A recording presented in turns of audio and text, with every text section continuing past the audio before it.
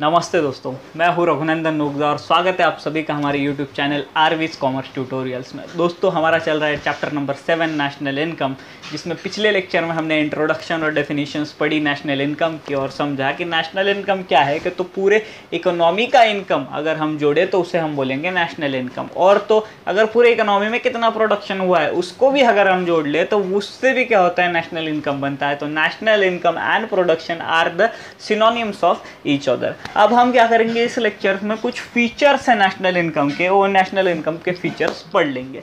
पहला फीचर है दोस्तों मैक्रो इकोनॉमिक कंसेप्ट। अब पहले लेक्चर में भी मैंने आपको समझाया था कि नेशनल इनकम एक मैक्रो कंसेप्ट है, एक बड़ी कंसेप्ट है, क्योंकि ये पूरे इकोनॉमी को लेता है। अब इंडिविजुअल लेवल पे माइक्रो कंसेप्ट क्या करती है, इंडिविजुअल इनकम को कंसिडर करती है, बट मैक्रो कंसेप्ट क्या करती है, पूरे इकोनॉमी को कंसिडर करती है। इसके लिए national income is a macro economic concept represent income of economy rather than individual.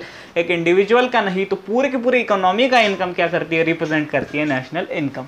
अब दूसरा फीचर है value of only final goods and services. अब अगर नेशनल इनकम लेना है तो मैंने आपको बोला कि टोटल प्रोडक्शन हमें लेना होगा, एक कंट्री में कितना हुआ, तो टोटल प्रोडक्शन किसका प्रोडक्शन ले, तो total production of a final goods हमें लेना है।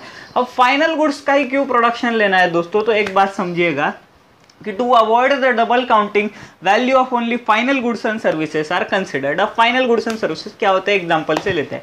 एक समझो हीरो ने क्या किया, उनकी एक गाड़ी लॉन्च की, मोटरसाइकिल लॉन्च की। अब वो मोटरसाइकिल बनाने के लिए उन्हें कितने ही प्रोडक्ट लगे होंगे, उनको इंजन लगा होगा, उनको टायर्स लगे होंगे, उनको सीट लगी होंगी, उनको वेल्डिंग की जॉब वर्किंग लगे होंगे, एक्सेट्रा एक्सेट्रा, बहुत सारे स्पेयर पार्ट्स भी उनको लगे होंगे। अब ये सभी स्पेयर पार्ट्स हीरो सिर्फ अकेला नहीं प्रोड्यूस करता है, इसके बहुत सारे सप्लायर होते हैं।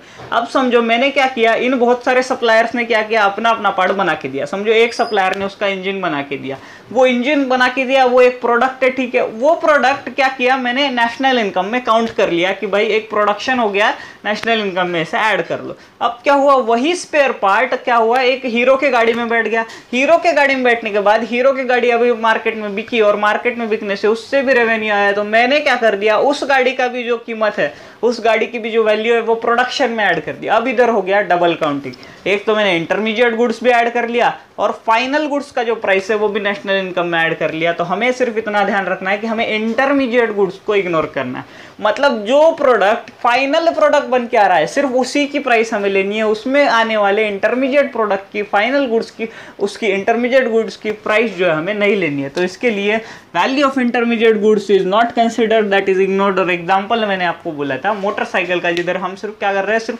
फाइनल गुड्स की जितनी भी वैल्यू हुई वो कंसिडर कर रहे हैं, इंटरमीडिएट गुड्स को छोड़ रहे हैं। अब तीसरा फीचर है नेशनल इनकम का, है नेट एग्रीगेट वैल्यू। अब नेट एग्रीगेट वैल्यू क्या होता है, मैंने आपको इसके पहले समझाया था कि एक इकोनॉमी में कितना प्रोडक्शन होता है, मतलब टोटल कितना प्रोडक्शन होता है, उससे हम लोग नेशनल इनकम निकाल सकते हैं। फाइनल गुड्स का जितना प्रोडक्शन हुआ उससे हम लोग नेशनल इनकम निकाल सकते हैं। अब इस प्रोडक्शन करने के लिए हमें बहुत सारे मशीनरीज की ज़रूरत होती है, मशीनरीज, प्लांट, फैक्ट्रीज, इनकी ज़रूरत होती है। हमने अकाउंट्स में पढ़ा था मशीनरीज को क्या होता है, जैसे जैसे ईयर ऑन ईयर पास होते जाता है उनका डेप्रिसिएशन होते जाता है। अब डेप्रिसिएशन क्या होता है, depreciation is nothing but a provision created for replacement. मतलब उनकी एसेट के रिप्लेसमेंट के लिए जो प्रोविजन क्रिएट किया जाता है, आगे प्रोविजन क्रिएट किया जाता है या तो फिर कॉस्ट चार्ज की जाती है प्रोडक्शन को, वो होता है डेप्रिसिएशन। अब मैंने आपको बोला कि टोटल प्रोडक्ट की जो वैल्यू हुई, टोटल प्रोडक्ट की, फाइनल प्रोडक्ट की जो वैल्यू हुई उसे हम लोग नेशनल इनकम बोलेंगे, बट उसे हम लोग क्या बोलेंगे, ग्रॉस नेशनल इनकम बोलेंगे, ग्रॉस एग्रीगेट इनकम बोलेंगे। अगर उसमें से मैं डेप्रिसिएशन कॉस्ट लेस कर दूं, मतलब wear and tear of factories, मतलब जितना वियर एंड टियर हुआ फैक्ट्रीज का इस साल में, और या तो फिर प्लांट का, फैक्ट्रीज का, सभी का जितना वियर एंड टियर हुआ, अगर उसको मैं लेस कर दूं, ग्रॉस में से उसको मैं डेप्रिसिएशन को लेस कर दूं, तो बचता है net aggregate value. National income दोस्तों कभी भी क्या होती है, नेट एग्रीगेट वैल्यू होती है। मतलब इसमें हम लोग डेप्रिसिएशन को इंक्लूड नहीं करते, ग्रॉस में से हम लोग क्या करते हैं, डेप्रिसिएशन को लेस कर लेते हैं, तो नेट एग्रीगेट वैल्यू बचता है। इसके लिए national income includes net value of goods and services and does not include depreciation cost. Depreciation is what, just the wear and tear of the plant, factories etcetera, उसके लिए जो हम लोग provision create करते हैं अकाउंट्स में, उसे बोलते हैं हम लोग डेप्रिसिएशन।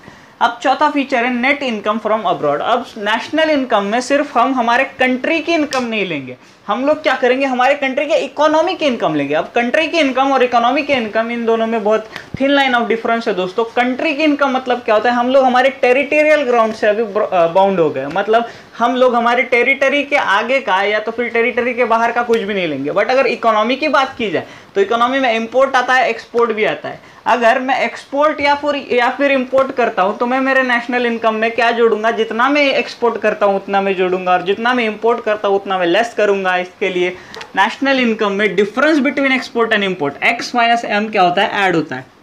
अब एक्स क्या होता है, एक्स होता है एक्सपोर्ट, एम होता है इंपोर्ट। इसके लिए इसका डिफरेंस अगर पॉजिटिव रहे तो पॉजिटिव या तो निगेटिव रहे तो निगेटिव। निगेटिव कैसे हो सकता है, अगर मेरी इंपोर्ट ज़्यादा है एक्सपोर्ट से तो निगेटिव हो सकता है, एक्सपोर्ट ज़्यादा है इंपोर्ट से तो क्या हो सकता है, पॉजिटिव हो सकता है। तो x माइनस एम मुझे ऐड करना है। और मुझे क्या क्या ऐड करना है, net difference between receipt and payment from abroad. अब receipt and payment from abroad कब होता है, जब मैं एक्सपोर्ट इंपोर्ट करता हूं तब रिसीट एंड पेमेंट होता है। मतलब मैं एक्सपोर्ट करता हूं तो बाहर के देश से मुझे मनी आता है, वो मुझे क्या करना है, मेरे नेशनल इनकम में इंक्लूड करना है, क्योंकि उतनी इकोनॉमी में मेरा पैसा आ रहा है।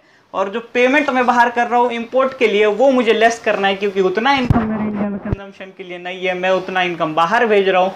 तो मैं क्या करूँगा, simply net income from abroad मतलब एक्सपोर्ट एंड इंपोर्ट का डिफरेंस और रिसीट एंड पेमेंट का डिफरेंस भी क्या करूँगा, ऐड करूँगा नेशनल इनकम के लिए। क्योंकि नेशनल इनकम एक टेरिटरी से बाउंड नहीं है, ये एक इकोनॉमी की पूरी इनकम है। अब हमारा पांचवा फीचर है नेशनल इनकम का, फाइनेंशियल ईयर। जब भी कभी हम लोग नेशनल इनकम एक्सप्रेस करते हैं, मतलब नेशनल इनकम बोलते हैं, तो वो हम क्या करते हैं, एक टाइम बाउंड पीरियड का एक्सप्रेस करते हैं। वो टाइम बाउंड पीरियड होता है दोस्तों एक ईयर का, मतलब ये expressed with reference to time. National income कभी भी क्या होता है, टाइम के रेफरेंस से एक्सप्रेस होता है, वो टाइम पीरियड होता है एक ईयर का। और इंडिया में फाइनेंशियल ईयर दोस्तों आप सभी को मालूम है अप्रैल टू मार्च होता है, 1 April to 31 March every time India में फाइनेंशियल ईयर होता है। तो इंडिया में जब भी कभी नेशनल इनकम मेजर होती है इंडिया की, तो 1 अप्रैल टू 31 मार्च क्या होता है, इस फाइनेंशियल ईयर में वो मेजर होती है। अब इस छठा है flow concept. Flow concept important है दोस्तों। नेशनल इनकम मैंने आपको बोला कि प्रोडक्शन जितना भी हुआ एक इकोनॉमी में एक साल भर में ड्यूरिंग द ईयर जितना भी प्रोडक्शन हुआ वो है क्या, नेशनल इनकम। अब ये प्रोडक्शन स्टैटिक कंसेप्ट है क्या, कि एक बार हुआ तो बस हो गया, ऐसा है क्या कि एक दिन का प्रोडक्शन हमने देख लिया तो पूरे दिन का पूरे साल भर का हमें पता चल गया, ऐसा नहीं होता। ये क्या है, एक फ्लो कंसेप्ट है, प्रोडक्शन का फ्लो चलते रहता है। इसके लिए नेशनल इनकम भी क्या है, एक फ्लो कंसेप्ट है। This is a flow of goods and services produced in an economy during the year. मतलब जो गुड्स एंड सर्विसेज प्रोड्यूस्ड हो रहे हैं दोस्तों वो फ्लो टेक्निक से हो रहे हैं, सिर्फ स्टैटिक्स टेक्निक से नहीं हो रहे। इसके लिए नेशनल इनकम भी क्या है, फ्लो कंसेप्ट है। अब सातवां है मनी वैल्यू। नेशनल इनकम हमेशा क्या होता है, मनी वैल्यू में मेजर किया जाता है या तो फिर एक्सप्रेस किया जाता है। अब नेशनल इनकम मैंने आपको बोला जितना प्रोडक्शन हुआ उतना, तो हम लोग क्या, वीट का अगर प्रोडक्शन हुआ 2000 टन तो हम लोग ऐसा बोलेंगे कि वीट की नेशनल इनकम, हमारी नेशनल इनकम में अभी हम लोग क्या करते हैं 2000 टन वीट को जोड़ लेते हैं। तो ऐसा नहीं होता है, वीट की वैल्यू को, वीट की क्वांटिटी को हमें वैल्यू में कन्वर्ट करना होता है, उसकी मार्केट प्राइस से उसको मल्टीप्लाई करके। तो इसके लिए जब भी कभी नेशनल इनकम हमें मेजर करना है तो हमें मनी टर्म्स में मेजर करना पड़ेगा, हमें रुपीज में ही बताना पड़ेगा कि हमारी नेशनल इनकम कितनी हुई है। So goods and services exchange for money are only included. जो भी गुड्स एंड सर्विसेज मनी के लिए एक्सचेंज हुए, मतलब जिस गुड्स एंड सर्विसेज को देके एक सप्लायर को मनी मिला है, सिर्फ वही गुड्स एंड सर्विसेज हम लोग नेशनल इनकम में कर सकते हैं। अगर हमने किसी ने बार्टर किया है, बार्टर किया है क्या मतलब गुड्स दिया है सर्विस लिया है, गुड्स दिया है गुड्स लिया है एक्सेट्रा, ऐसा किया है, तो उसकी वैल्यू हम लोग मनी वैल्यू में नहीं रिप्रेजेंट कर सकते। इसके लिए उसको हम नेशनल इनकम में भी इंक्लूड नहीं कर सकते है। तो ये थे दोस्तों फीचर्स ऑफ नेशनल इनकम। मुझे लगता है आपको मजा आया होगा। ऐसे ही हमारे वीडियोस देखते रहिएगा। Thank you so much.